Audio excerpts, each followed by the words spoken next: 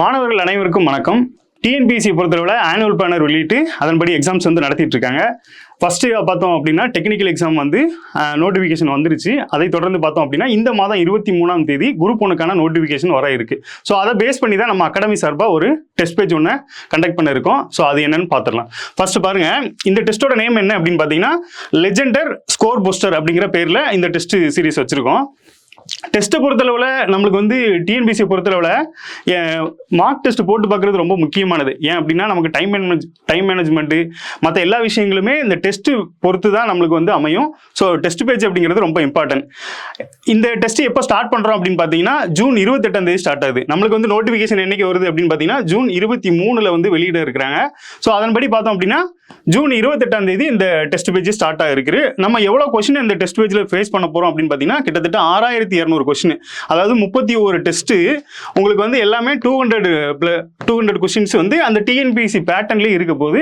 So அதை base பண்ணி பார்க்கும்போது நீங்கள் வந்து இந்த டெஸ்ட் பேஜில் 6200 கொஸ்டினை வந்து நீங்கள் ஃபேஸ் பண்ண போகிறீங்க. ஸோ அதன்படி வந்து டெஸ்ட்டுக்கு இது பண்ணியிருக்காங்க. ஸோ டோட்டல் டெஸ்ட் அப்படின்னு பார்த்தோம்னா கிட்டத்தட்ட 31 டெஸ்ட் கிட்ட இருக்குது, இன்க்ளூடிங் உங்களுக்கு ஒரு 5 மார்க் டெஸ்ட். இந்த 5 மார்க் டெஸ்ட் அப்படிங்கிறது நமக்கு டிஎன்பிஎஸ்சியில் ஒரிஜினலாக எப்படி வந்து டெஸ்ட் இருக்குமோ அதை பேஸ் பண்ணி வந்து உங்களுக்கு மார்க் டெஸ்ட் கொடுத்துருவாங்க. ஸோ இதில் வந்து ஒரு கோட்ஸ் கொடுத்துருக்காங்க. நம்மளுக்கு டிஎன்பிஎஸ்சியை பொறுத்தளவில் நம்மளுக்கு வந்து எக்ஸாமில் கிளியர் பண்ணணும் அப்படின்னா 2 விஷயம் தேவை. ஒன்று வந்து தைரியம், இன்னொன்று வந்து கன்சிஸ்டன்சி. ஸோ கன்சிஸ்டன்சியும் தைரியமும் எதனால் கிடைக்கும் அப்படின்னு பார்த்தீங்கன்னா டெஸ்ட் பேஜில் தான் கிடைக்கும். கன்சிஸ்டன்சி ஏன் அப்படின்னா நம்ம தனியாக படிச்சுட்டு இருந்தோம் அப்படின்னு பார்த்தீங்கன்னா அதாவது படிச்சுட்டு மட்டும் தான் இருப்போம். நம்ம எங்கே வீக்காக இருக்கோம் எங்கே ஸ்ட்ராங்காக இருக்கோம் அப்படிங்கிறது நம்மளுக்கு தெரியாது. அப்போ அதன்படி பார்த்தோம் அப்படின்னா ஒரு டெஸ்ட் பேஜை போட்டு பார்க்கும்போது தான் நம்ம வீக்காக இருக்கிற ஏரியா ஸ்ட்ராங்காக இருக்கிற ஏரியா எல்லாமே தெரியும்.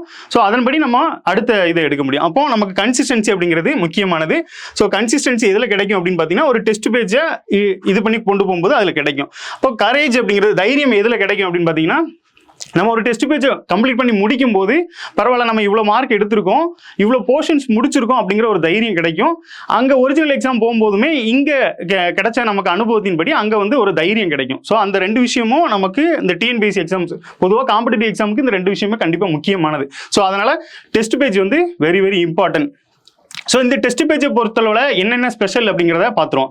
ஃபர்ஸ்ட் பாருங்க, சிலபஸ் படி தான் உங்களுக்கு டிஸ்ட்ரிபியூஷன் இருக்க போகுது. அதாவது சிலபஸ் படி அப்படின்னா 6 யூனிட் ஜென்ரல் ஸ்டடீஸை பொறுத்தளவில் 6 யூனிட் கொடுத்துருக்காங்க. ஸோ யூனிட் வைஸாக உங்களுக்கு வெயிட்டேஜ் அடிப்படையில் தான் கொஸ்டின்ஸ் இருக்க போகுது. ஸோ அந்த சிலபஸ் டிஸ்ட்ரிபியூஷன் அப்படிங்கிறது கண்டிப்பாக இருக்கும். அடுத்து பாருங்க, இந்த வெயிட்டேஜ் அடிப்படையில் தான் உங்களுக்கு கொஸ்டின்ஸ் இருக்க போகுது. அது மாதிரி டிஎன்பிஎஸ்சி பேட்டர்னில் தான் இருக்க போகுது. டிஎன்பிஎஸ்சி பேட்டர்ன்லேயே அந்த வெயிட்டேஜ் அடிப்படையில் கொஸ்டின்ஸ் வந்து இருக்கும். அது மாதிரி கொஸ்டின்ஸோட ஸ்ட்ரக்சர் அப்படின்னு கொடுத்துருக்காங்க.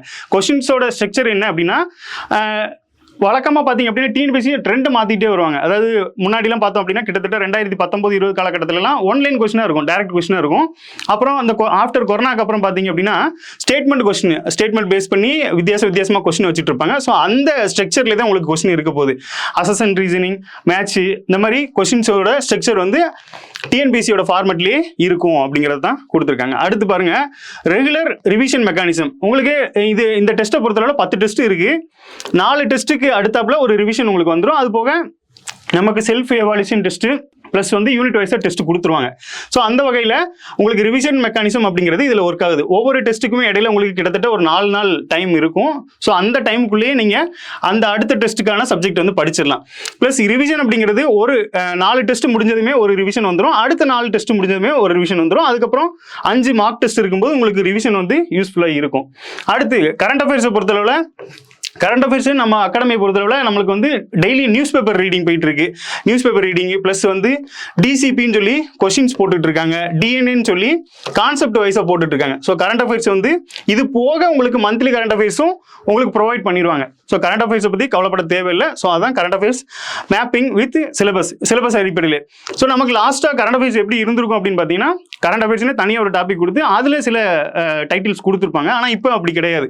இப்போ சிலபஸில் என்னென்ன டாபிக்ஸ் இருக்கோ அதை பேஸ் பண்ணி என்னென்ன கரண்ட் அஃபேர்ஸ் வருதோ அதுதான் உங்களுக்கு வரும். ஸோ அதையும் உங்களுக்கு வழங்கிடுவாங்க. அடுத்ததாக பாருங்க, மார்க் டெஸ்ட் என்விரான்மெண்ட் அப்படிங்கிறது முக்கியமானது. ஏன் அப்படின்னு பார்த்தீங்கன்னா நம்ம வீட்டில் இருப்போம், படிச்சுக்கிட்டே இருப்போம், டெஸ்ட் போட ஒரு 3 மணி நேரம் உட்காரணும்னா உட்கார முடியாது, நம்மளுக்கு அந்த சிட்டிங் கெப்பாசிட்டி இருக்காது. ஸோ அதான் அந்த இதை கம்பேர் பண்ணும்போது நம்மளுக்கு வந்து என்விரான்மெண்ட் அப்படிங்கிறது ரொம்ப முக்கியமானது. ஸோ அந்த அட்மாஸ்பியர் உங்களுக்கு நம்ம அகாடமி சார்பாக கண்டிப்பாக கிடைக்கும்.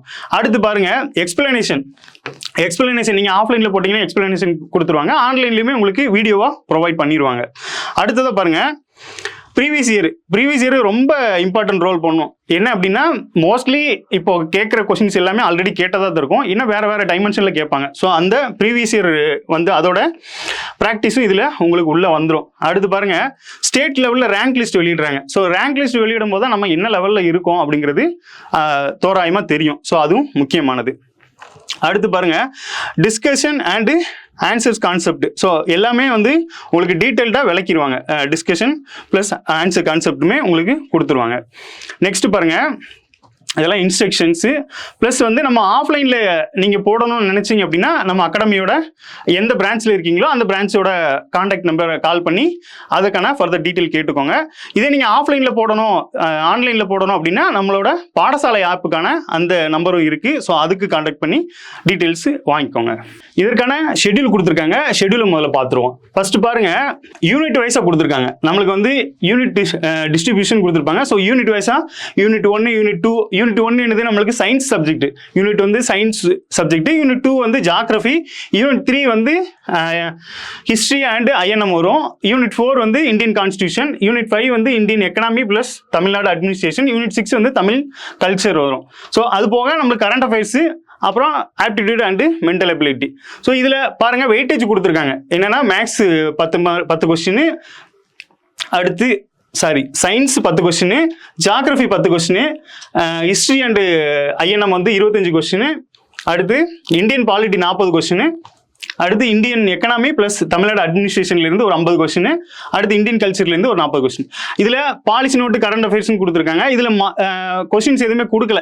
நம்மளுக்கு இதுக்கு முன்னாடி பார்த்தோம் அப்படின்னா கரண்ட் அஃபேர்ஸ் வந்து தனி சப்ஜெக்டாகவே இருந்துச்சு. இப்போ எப்படி சொல்லியிருக்காங்கன்னா இந்த 6 யூனிட்டுக்குள்ளேயே இருக்கிற டைட்டில் இருக்குது பார்த்தீங்களா, அதை பேஸ் பண்ணி என்ன கரண்ட் அஃபேர்ஸ் வருதோ அதை தான் நம்மளுக்கு வந்து கொஸ்டின்ஸாக கேட்டுருக்காங்க. ஸோ அப்போ இந்த 6 யூனிட்டை பேஸ் பண்ணி கரண்ட் அஃபேர்ஸ் உங்களுக்கு பாலிசி நோட்ஸ் வந்து வழங்கிடுவாங்க. அடுத்து மேக்ஸ் ரொம்ப இம்பார்ட்டன்ட்.